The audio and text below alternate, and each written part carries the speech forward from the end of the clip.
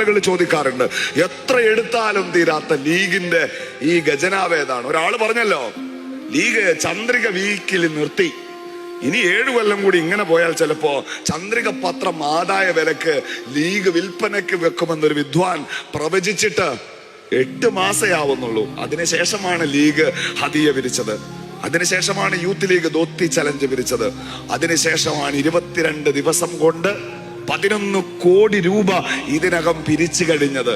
എത്ര എടുത്താലും തീരാത്ത ലീഗിന്റെ ഖജനാവ് ഏതാണ്? അത് സാന്റിയാഗോ മാർട്ടിന്മാരുടെ അന്തപ്പുരല്ല, ആണോ? അല്ല. അതിന് ലീഗ് ചാക്ക രാധാകൃഷ്ണന്റെ പിന്നാമ്പുറത്ത് പോയി തലതൊറിഞ്ഞിരക്കാറില്ല.